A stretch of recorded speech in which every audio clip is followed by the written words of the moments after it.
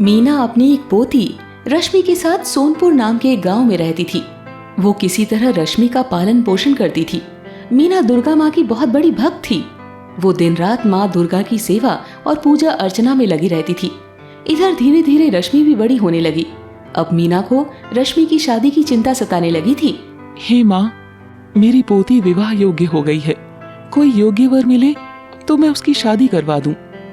दुर्गा माँ से बात करने के बाद मीना घर के कुछ काम में लग जाती है। दादी, तुम दुर्गा माँ की इतनी पूजा करती हो, क्या वो सच में तुम्हारी कुछ सुनती भी है? जरूर सुनती है बेटी, दुर्गा माँ तो सबकी सुनती है। मैं भी आज से माँ दुर्गा की पूजा आराधना किया करूँगी। मुझे पूरा विश्वास है अपनी देवी माँ पर। देखना, तुम्हारा विवाह भी एक अच्छे लड़के से हो जाएगा। रश्मि भी माता की पूजा अर्चना करने लग जाती है। एक दिन रात को जब मीना सो रही होती है तो एक यमदूत उनके प्राण हरने आते हैं। अब तुम्हें मेरे साथ यमलोक चलना होगा, क्योंकि तुम्हारी मृत्यु का वक्त आ गया है। अभी मेरी पोती विवाह योग्य है, उसका मेरे सिवा कोई नहीं है। अगर आप मुझे लेकर चले गए तो मेरी पोती की शादी कैसे होगी? मैं यमदूत हूँ। मुझे यमराज जी का आदेश है कि मैं तुम्हारे प्राण हर के ले आऊं। इसलिए तुम्हें हर हाल में मेरे साथ आना ही होगा। मैं तुम्हारे साथ अभी नहीं जा सकती, मुझे पहले मेरे फर्ज पूरे करने हैं। तुम्हें मेरे साथ चलना ही होगा। महाकाली, मेरी रक्षा करो। आप तो जानती है माँ, मेरी पोती का मेरे अलावा कोई नहीं है। जब तक मैं उसका विवाह नहीं करवा लेती, मेरी आत्मा को शांति नहीं मिलेगी।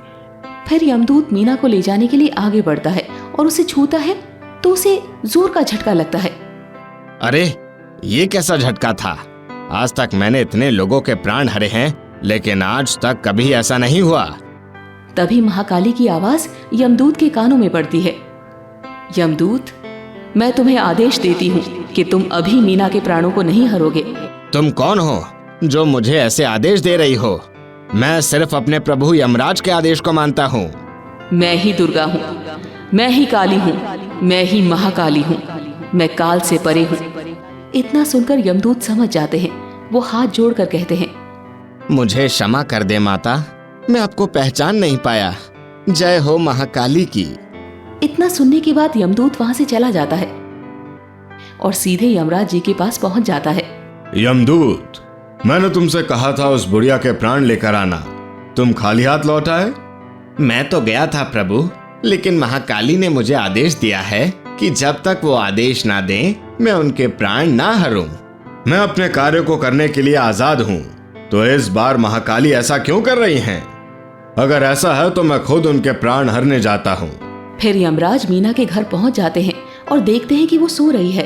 तब उसके प्राणों को हरने की कोशिश करने लगते हैं, लेकिन जैसे ही वो उसके प्राण हरने के लिए आगे बढ़ते हैं तो उनके शरीर में कंपन आ जाती है। किस शक्ति में इतना साहस है जो मुझे उसके प्राण लेने से रोक रहा है? तभी महाकाली की आवाज आती है, हे यमराज, आप भूल रहे हैं कि मैंने आपके यमदूत को वापस भेज दिया था। मैं दोबारा कहती हूँ कि जब तक मेरा आदेश ना हो, आप इसके प्राण नहीं हरेंगे। क्योंकि ये विधि का विधान है, उसे कोई नहीं टाल सकता।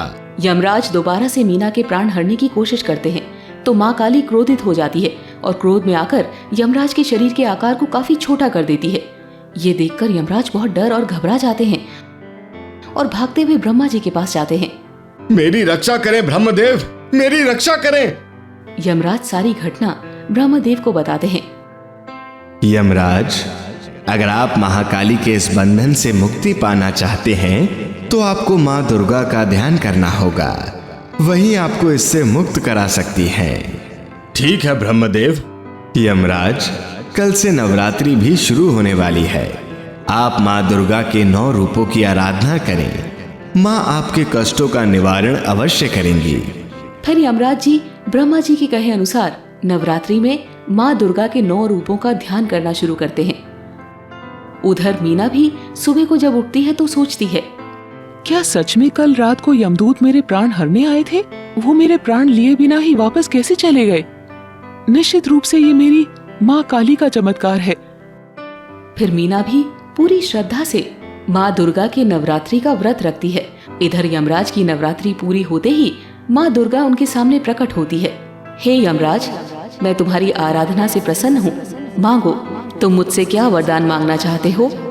माँ, मुझे मेरा पहला जैसा ही शरीर चाहिए। मैंने अज्ञानता में आपकी अवहेलना की है। हे माँ, मुझे क्षमा करें, मेरे गलतियों को माफ करें माँ। मैं पश्चाताप को देखकर आपके भूल को क्षमा करती हूँ। मैं आपको आदेश देती हूँ कि जब तक मीना की पोती की शादी नहीं हो जाती, आप उसके प्राणों को नहीं हरेंगे। अब यमराज को फिर से माँ दुर्गा की कृपा से अपना शरीर पहले जैसा वापस मिल गया। इधर कुछ दिनों में ही मीना को रश्मि के लिए एक अच्छा लड़का मिल जाता है, जिससे वो उसका विवाह करवा देती है। रश्मि के विदा होने के बाद यमराज मीना के सामने प्रकट होते हैं। यमराज जी, अब मुझे आपके साथ चलने में कोई परेशानी नहीं है। मेरी पोती के लिए मेरी जिम्मेदारी अब खत्म हो चुकी है। मैं आपके साथ चलने के लिए तैयार हूँ। दोस्तों, अगर हम भगवान पर विश्वास करते हैं तो वो किसी भी परिस्थिति में भक्त की मदद अवश्य करते हैं। आपको आज की कहानी कैसी लगी, कमेंट करके अवश्य बताएं। इस वीडियो को लाइक और शेयर करें। धन्यवाद।